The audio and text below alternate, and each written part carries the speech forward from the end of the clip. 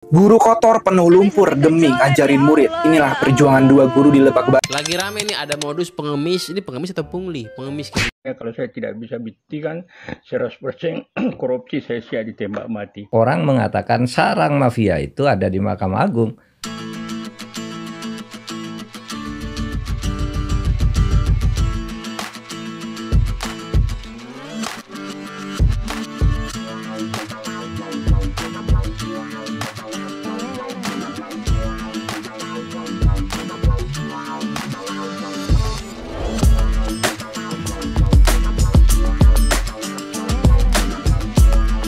Assalamualaikum warahmatullahi wabarakatuh. Berjumpa kembali dengan Romlia Pratama. Teman-teman sahabatku semuanya, gimana kabar kalian? Mudah-mudahan kalian semuanya baik-baik saja beserta keluarganya di sana. Teman-teman sahabatku, buat kalian yang baru gabung, yang baru nonton video ini, silahkan di subscribe dulu, di like dan di komen guys.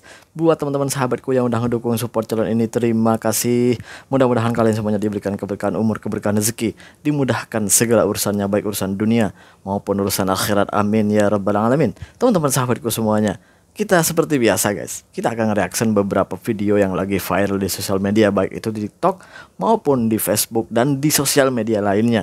Baik itu kiriman-kiriman dari teman-teman yang udah ngirimin video ke gua, terima kasih.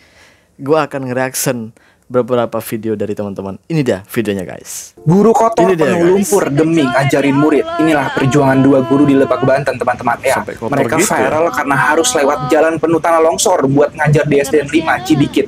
Nggak cuma capek, nggak cuma sampai bajunya kotor banget, cuma demi masa depan murid-murid di sana. Cerita ini menarik, tapi miris dan sedih juga. Masalahnya ini tuh bukan cuma sekedar soal cerita dedikasi guru, teman-teman. Ini lebih ke kok bisa sih akses jalan ke sekolah kayak gitu nggak diperbaiki. Padahal pendidikan itu hak-hak dasar. Ya, mobilisasi adalah kunci. Pemerintah lokal nggak merasa malu nih. Kita butuh solusi nyata, Pak. Bukan cuma simpatis doang. Pertanyaannya, kalau akses pendidikan aja kayak gini, gimana bisa Indonesia emas 2045? Setuju nggak sih kalau pemerintah itu harus lebih peduli soal hal-hal kayak gini, teman-teman? Drop pendapat kalian di kolom komentar ya. Gue setuju banget. Seharusnya pemerintah itu lebih peduli dengan hal-hal yang seperti ini. Malaysia itu maju dikarenakan Malaysia itu kerajaannya mau berinvestasi kepada pendidikan. Dari dulu kali itu Malaysia itu udah mempersiapkan itu semuanya dan memperbaiki semua fasilitas demi fasilitas di sekolah gitu. Dan pelajaran-pelajarannya itu yang dimasukkan ke murid-muridnya itu luar biasa guys. Beda banget dengan kita. Gue ada beberapa teman-teman yang punya anak di sini dan sekolah ke sekolah Malaysia. Waduh, beda banget. Guys, tadika aja atau kalau di sana itu TK ya. Kalau di sini tadika. Udah pandai bahasa Inggris gitu nggak? Udah pandai bahasa Inggris. Nulisnya udah, waduh, udah nggak usah ditanya lagi udah. Gue nggak tahu cara mendidiknya guru-guru di sini tuh, cikgu-cikgu di sini tuh, gue nggak tahu cara mendidiknya tuh kayak gimana gitu. Kok bisa anak-anak kecil? Karena gue feeling gue gini, di tempat saya itu nggak ada tuh anak-anak yang seperti ini gitu. Ada satu dua lah mungkin dari ratusan ribu jiwa itu, mungkin ratusan juta orang Indonesia itu mungkin hanya ada beberapa lah gitu. Tapi di Malaysia hampir mayoritas anak tadika itu sudah pandai, udah pandai bahasa Inggris, sudah pandai gini, pandai itu. Bener guys. Nanti gue akan buatin video karena gue ada beberapa teman-teman yang punya anak sekolah tadika. Orang Indonesia punya anak terus sekolah tadika Malaysia, bukan tadika Indonesia ya, karena juga di sini ada juga sekolah Indonesia, tapi karena jauh dari Kuala Lumpur, jauh dari sekolah Indonesia, jadi anak-anak di sini tuh sekolahnya di sekolah Malaysia. Waduh, jauh banget bedanya guys, bener. Kita berlanjut ke video yang selanjutnya. Ini deh guys. Lagi rame nih, ada modus pengemis. Ini pengemis atau pungli? Pengemis kayaknya. Nggak maksa sih, tapi meresahkan nih, pungli juga ini. Jadi di Bekasi itu gue lihat, Kabupaten Bekasi, ada orang modusnya bersihin got-got warga tanpa diminta. Dia orang luar kota, bukan Bekasi. Dia datang tuh ke perumahan, beres-beres tuh ketok-ketok pintu semua orang. Minta duit. Kalau ikhlas mau dikasih, kalau nggak usah. Ini pungli juga, ini kan maksa juga. Maksa dengan nada ngenyek gitu. Seakan-akan gak minta, tapi maksa kan gitu. Ini sama aja kayak orang yang bersihin kaca mobil tuh di lampu merah tuh. Gak diminta gak apa, ngapain lo bersihin terus minta duit. Tapi kan sih ikhlasnya pasalnya. Nggak bisa begitu dong. Itu meresahkan. Ngapain lu bersihin kaca mobil gua kalau gua nggak mengizinkan? Mengganggu. Begitupun datang ke perumahan warga bergerombol, bersihin got sampai kayak bener aja bersihin nih. Kalau bener juga tetap salah. Terus ketok-ketok pintu rumah warga. Itu mengganggu ketertiban tuh, ganggu orang. Lagi enak-enak di kamar dia lagi ngocok kan kali kita nggak tahu. Terus ketok pintu dia mesti bangun, ganggu, minta duit. Emang kampret nih.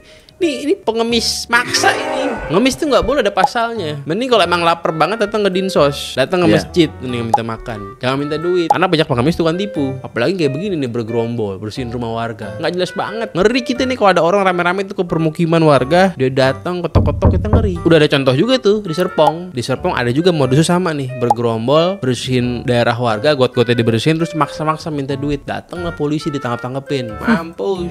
Lu bukan orang lingkungan situ, ngapain lu datang-datang lu ngomong li orang lu, gile lu. Kalau gue jadi Kapol PP sih di Jakarta, wah gue hantem nih kayak begini-gini. Kita hidup kalau mau maju, aturan harus diikuti. Jangan pakai toleransi kebablasan buat orang-orang nggak jelas begitu.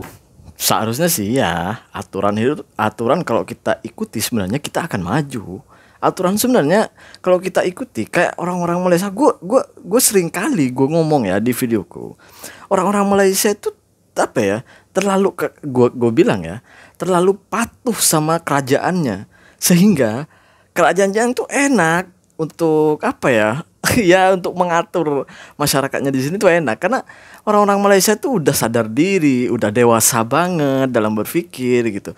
Jadi aturan-aturan yang dibuat oleh kerajaan itu diikuti sama orang-orang Malaysia. Akhirnya apa? Malaysia ya seperti ini. Nah kita orang aturan aja ya, gue nggak nyalahin masyarakatnya sih.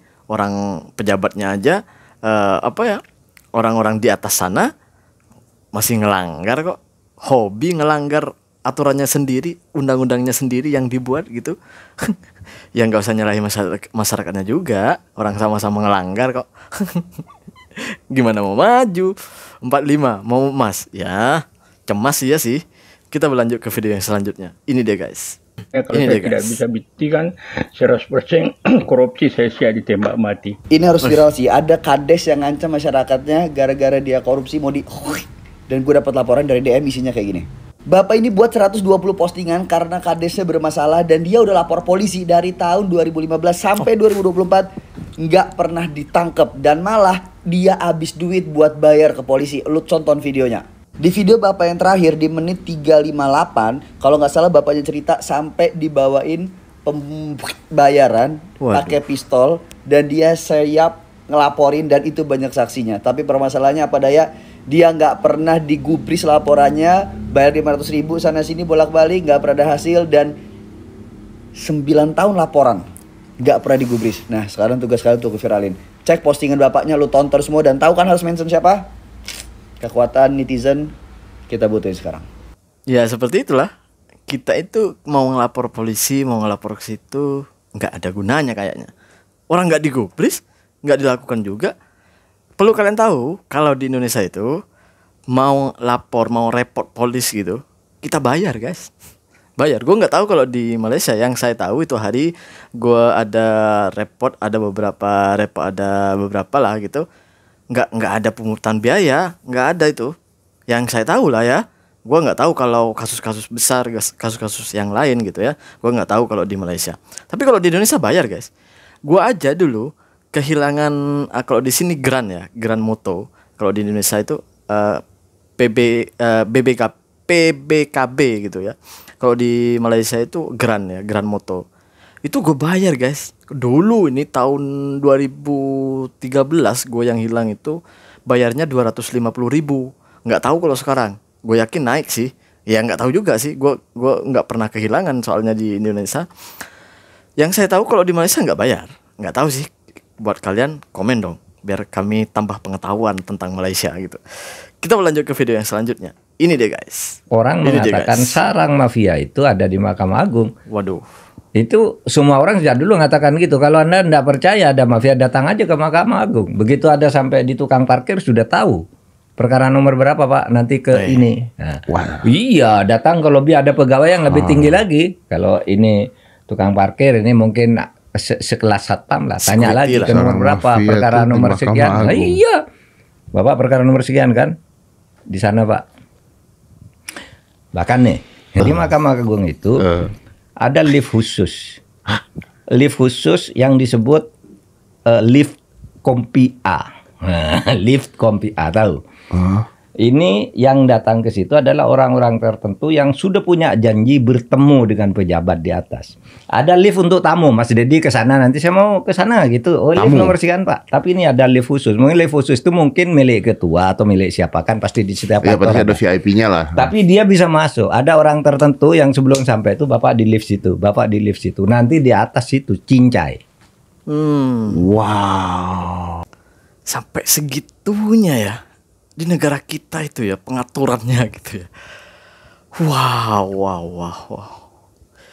Bener, gue baru tahu guys, sebobrok ini hukum kita gitu.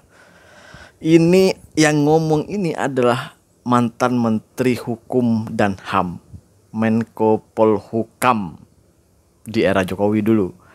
Dan ini adalah salah satu calon wakil presiden di tahun 2024 kemarin tapi kalah. Dan Bapak ini pernah menjadi pimpinan DPR, pimpinan MPR, Mahkamah Agung pernah. Jadi udah tahulah seluk-beluknya negara kita itu seperti apa di dalamnya. Beliau membukanya dengan terang-terangan di podcastnya Deddy Corbuzier. Terima kasih buat semuanya yang udah nonton. Kalian bisa nilai sendiri kenapa kita tidak boleh diam untuk negara ini. Terima kasih buat semuanya. Assalamualaikum warahmatullahi wabarakatuh. Jangan lupa selawat guys.